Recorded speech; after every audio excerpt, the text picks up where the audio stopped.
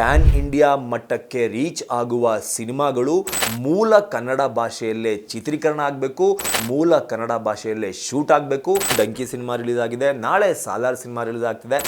ಕನ್ನಡದ production house ಇರುವಂತಹ ಚಿತ್ರ ಆಗಿರ್ಬೋದು, ಕನ್ನಡದ ನಿರ್ದೇಶಕ ಆಗಿರುವಂತಹ ಚಿತ್ರ ಆಗಿರ್ಬೋದು.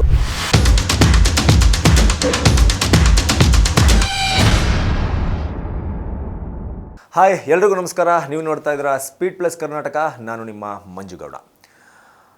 2023 ಮುಗಿತಾ ಇದೆ, 2024 ಬರ್ತಾ ಇದೆ. 2023ರ ವರ್ಷ ಸ್ಯಾಂಡಲ್ವುಡ್ನ ಮಟ್ಟಿಗೆ ಒಂದಷ್ಟು ಖುಷಿ ವಿಚಾರಗಳನ್ನು, ಖುಷಿ ಸುದ್ದಿಗಳನ್ನು ಕೊಟ್ಟಂತಹ ವರ್ಷ ಅಂತಲೇ ಹೇಳಬೇಕು. ಕೆಲವೊಂದು ಅಹಿತಕರ ಘಟನೆಗಳನ್ನು ಹೊರತುಪಡಿಸಿ, ಕೆಲವೊಂದು ಅಹಿತಕರ ಘಟನೆಗಳು ಅಂತ ಹೇಳಿದ್ರೆ, ಹೊಸಬರ ಸಿನಿಮಾಗಳಿಗೆ ಥಿಯೇಟರ್ಗಳು ಸಿಗಲಿಲ್ಲ.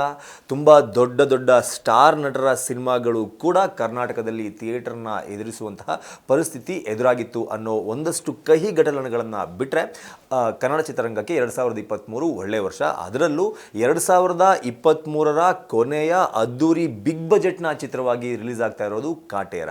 ಚಾಲೆಂಜಿಂಗ್ ಸ್ಟಾರ್ ದರ್ಶನ್ ಅವರ ಅಭಿನಯದ ಕಾಟೇರ ಚಿತ್ರ ಇದೇ ತಿಂಗಳ 29ನೇ ತಾರೀಕಿಗೆ ರಿಲೀಸ್ ಆಗ್ತಾ ಇದೆ. ಬಂದೂಕಲ್ಲ, 100 ಪಿರಂಗಿನ ಅಡ್ಡ ಬಂದ್ರು ನಾನು ತಡೆದಿಲ್ಸಕ್ಕಾಗಕ್ಕಿಲ್ಲ.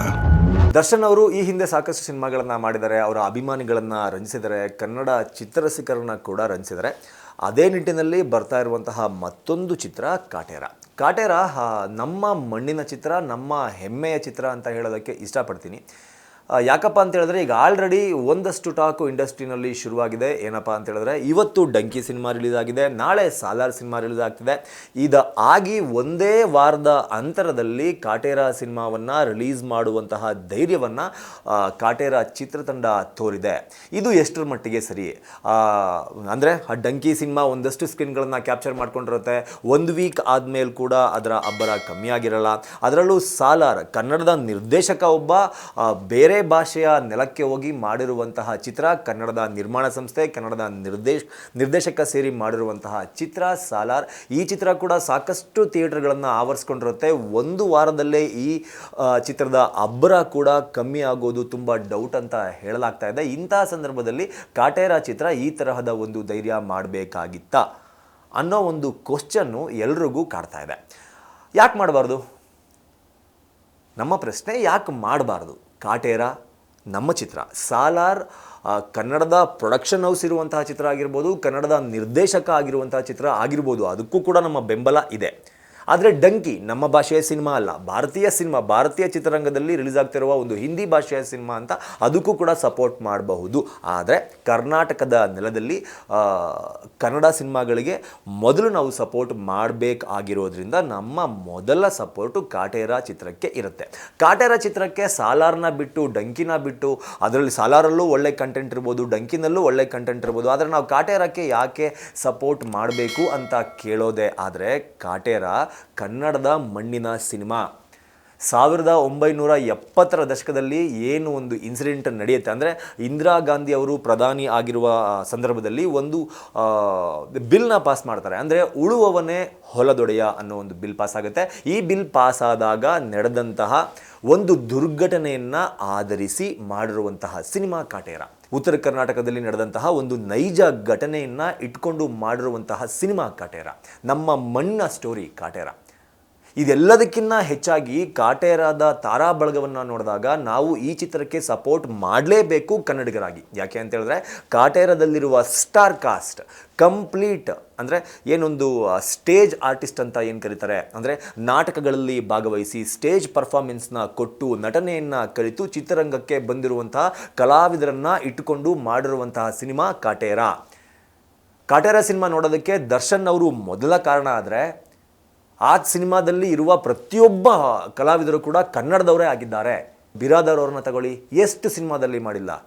500-600ಕ್ಕೂ ಅಧಿಕ ಸಿನಿಮಾಗಳಲ್ಲಿ ನಟನೆ ಮಾಡಿರುವಂತಹ ಕನ್ನಡಿಗ ಬಿರಾದಾರ್ ಅವರು ಇದ್ದಾರೆ. ಅದ್ರ ಜೊತೆಗೆ ಕುಮಾರ್ ಗೋವಿಂದ್, ನಮ್ಮಂಥ 90s ಕಿಡ್ಸ್ಗೆ ಕುಮಾರ್ ಗೋವಿಂದ್ ಅವರ ಬಗ್ಗೆ ಕಂಪ್ಲೀಟಾಗಿ ಗೊತ್ತಿರುತ್ತೆ. ಒಂದೇ ಒಂದು ಸಿನಿಮಾ ಹೆಸರು ಹೇಳಬೇಕು, ಅವ್ರನ್ನ ನೆನಪಾಗಬೇಕು ಈಗಿನ ಜನ್ರೇಷನ್ನ ಕಿಡ್ಸ್ಗೆ, ಈಗಿನ ಜನ್ರೇಷನ್ ಅವ್ರಿಗೆ ಅಂದರೆ ಉಶ್ ಅಂತ ಒಂದು ಸಿನಿಮಾ ಇದೆ. ಆ ಸಿನಿಮಾ ನೋಡಿ ಕುಮಾರ್ ಗೋವಿಂದ್ ಅವರು ಯಾರು ಅಂತ ಈಗಿನ ಜನ್ರೇಷನ್ ಅವರಿಗೆ ಗೊತ್ತಾಗುತ್ತೆ. ನಮಗೆಲ್ಲ ಕುಮಾರ್ ಗೋವಿಂದ್ ಅವರು ಗೊತ್ತು. ಅಂದರೆ ಕುಮಾರ್ ಗೋವಿಂದ್ ಅವರು ಈ ಹಿಂದೆ ಹೀರೋ ಆಗಿ, ನಿರ್ಮಾಪಕ ಆಗಿ, ನಿರ್ದೇಶಕ ಆಗಿ ಸಾಕಷ್ಟು ಸಿನಿಮಾಗಳನ್ನು ಮಾಡಿದ್ದಾರೆ. ಒಂದು ಸ್ವಲ್ಪ ಗ್ಯಾಪ್ ತಗೊಂಡಿದ್ರು ಕನ್ನಡ ಚಿತ್ರರಂಗದಿಂದ. ಬೆಳ್ಳಿ ಪರದೆಯಿಂದ ಒಂದಷ್ಟು ದಿನಗಳ ಕಾಲ ದೂರ ಉಳಿದಿದ್ರು. ಈಗ ಅವರಿಗೂ ಕೂಡ ಈ ಚಿತ್ರದಲ್ಲಿ ಒಂದು ಅವಕಾಶನ ಕೊಡೋದ್ರ ಮೂಲಕ ಮತ್ತೆ ನಮ್ಮನ್ನೆಲ್ಲ ಮನರಂಜಿಸೋಕೆ ಕಾಟೇರ ಚಿತ್ರದ ಮೂಲಕ ಕುಮಾರ್ ಗೋವಿಂದ್ ಅವರು ಕೂಡ ಬರ್ತಾ ಇದ್ದಾರೆ. ಅದಾದಮೇಲೆ ವಿನೋದ್ ಆಳ್ವ, ಇದು ಕೂಡ ಎಗೇನ್ 90s ಕಿಡ್ಸ್, ನಮಗೆ ಗೊತ್ತಿರುತ್ತೆ ವಿನೋದ್ ಆಳ್ವ ಎಂತೆಂಥ ಸಿನಿಮಾಗಳನ್ನ ಮಾಡಿದ್ದಾರೆ.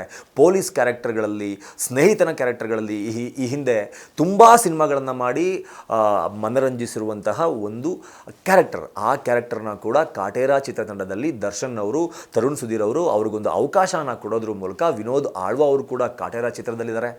ಶ್ರುತಿ ಅವರು ಕಾಟೇರ ಚಿತ್ರದಲ್ಲಿದ್ದಾರೆ. ಶ್ರುತಿ ಅವರು ಯಾರಿಗೂ ಗೊತ್ತಿಲ್ಲ, ಈಗಿನ ಜನ್ರೇಷನ್ ಅವ್ರಿಗೂ ಗೊತ್ತು, ನಮ್ಮ 90s ಕಿಡ್ಸ್ ಆ ಜನ್ರೇಷನ್ ಅವ್ರಿಗೂ ಗೊತ್ತು, ಶ್ರುತಿ ಅವರಿದ್ದಾರೆ. ಹೀಗೆ ಹೇಳ್ತಾ ಹೋದರೆ ಕಾಟೇರ ಚಿತ್ರದಲ್ಲಿ ದೊಡ್ಡ ತಾರಾ ಬಳಗ ಇದೆ.